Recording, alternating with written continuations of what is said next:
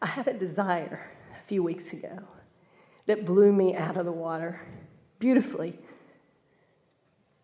It was sparked from my beloved teacher and friend who died on 10/4. I love this woman with everything. I've never known a connection to a soul and the cosmos and connectivity the way I did with her. Well, she guided you to your connection. She represented your connection. So your connection didn't die with her. In other words, she sparked it. She helped you nurture it. She helped you to align with it. And now you know what to do. But don't treat her reemergence into non-physical as a disadvantage to you, because it is anything but that. It's an enormous advantage to you, because now everything about her is in that pure vibrational place of that which she sort of kind of knew but really now knows. On the day of trying to balance the heartbreak and the beauty that I know as I sense her everywhere and I play with her, I rendezvous with her. Yeah. On that day, something just popped into me. It just came in that, hey, it's not too late for her to come back.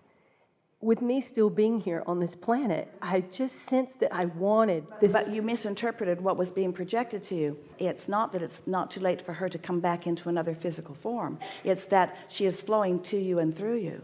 My question and others is how to more optimally. You got to get into the joy part of it and out of the heartbreak part of it, and it's going to take a little bit of time. And when you least suspect it, you'll have an awareness of it. And for a little while, you'll try to talk yourself into believing it. You won't really believe it. You'll say, am I making this up? I'm making this up because I want it to be that way. But you won't be making it up. It'll really be that way, but you just can't quite accept it because the heartbreak is muting it. But after a while, the frequency of it and the intensity of it and the sureness of it will just make a believer out of you, and then you'll be right where you intended to be. And the greatest part of the teaching that she had for you and that you have for her will then begin. You are just now beginning. Yeah. Thank you so much. Really good. Really good. Really good.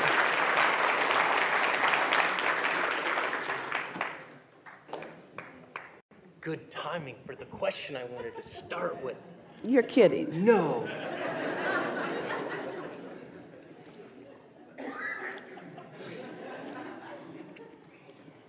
All right, give it to us. No. Oh, sure. You want to take it? The teacher always takes the gum. You're awesome. That would never happen. I guarantee you that.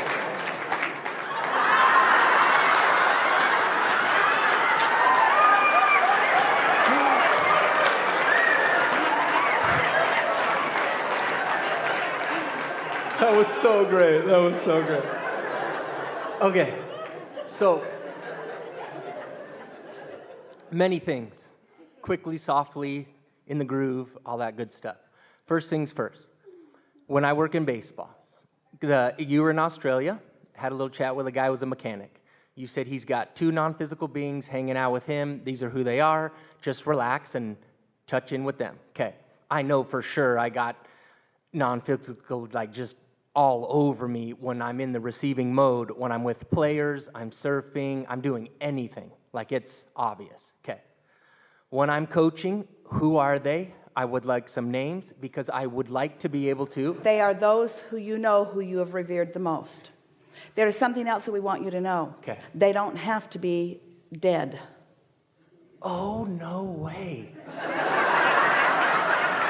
I've never heard you say that before.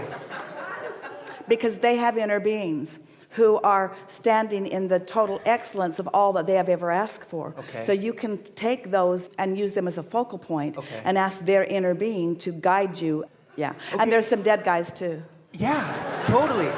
Okay, so I know.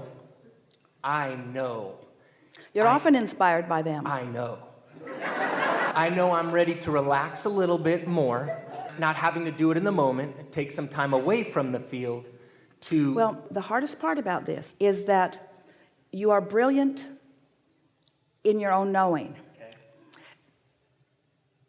You are brilliant in your own receptive mode. Yeah. You are also brilliant, far above average, in your own reasoning mind.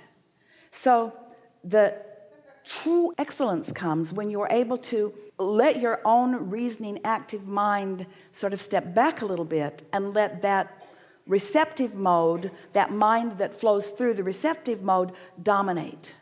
And it's a little disorienting at first. Sometimes you will even feel a little swooning. So when you feel that disorientation, you know what we're talking about. Realize that that's just you a little bit more in the way than you need to be. And as you just sort of breathe it away and lock into that receptive mode more, see, because in your coaching, the value, the trick isn't the right word, process, the skill in coaching is not just knowing what you know, it's knowing where your student is in relationship to what you know, and knowing what their resistance is so that you can make your way around their resistance. And so the thing about most physical coaches is that you want all your athletes to be approaching everything exactly the same way, and they just aren't. They have all kinds of roadblocks and things that you're trying to make your way around, and you can't do that with your reasoning mind, because your reasoning mind wants just to line them all up, decide what's the best thing that would make the best picture or whatever it is, and then only choose those that meet that criteria. And when you only choose those that meet your reasoning mind's criteria, you miss the best of them. But meanwhile, you don't have a lot of choice in that. So they've brought you your batch. So I can pick from the batch. You can pick from them, and you can navigate, you can get into the receptive mode so that your inspiration from your source, who knows all of their inner beings, and their inner beings know where all of their blockages are, and you will feel the inspiration, just like you witnessed us offering some processes today that broke through some rather heavy-duty resistance almost instantly. You'll have that experience. Okay. So there's a lot to sift through here, because what you brought up, like, I want to discuss that, and I want to discuss this. Well, you got that. Move on. Okay. So then I want some names, because I want to sit. No, but this is why, because I want to sit, because I'm feeling I need to do this separate from on the field. I want to sit and say, hey, so-and-so. Like, let's have a little breathing session. So today, meditate, and then lie there in your bed and listen for the names.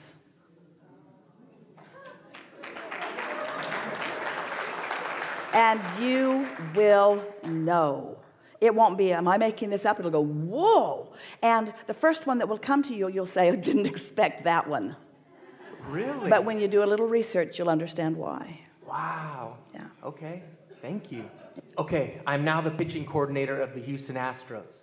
So I run the whole lot, you know, and every experience I've ever had in and off the field has prepared me for this position. And I obviously see how 2 years ago, 3 years ago, couldn't handle this position, wouldn't want to handle this position as you said. And now you're today. so ready and eager and willing and able. Unbelievable. And I can sense it. And so I know that the big leagues are there with just a little fine tuning of how I feel about myself and how I'm choosing to represent myself. In the same way myself. that you just said that 2-3 years ago you weren't ready for this, well, right now you're not quite ready for that, but this is going to get you ready for that. Absolutely. And the process is being so delicious. Okay. Yeah.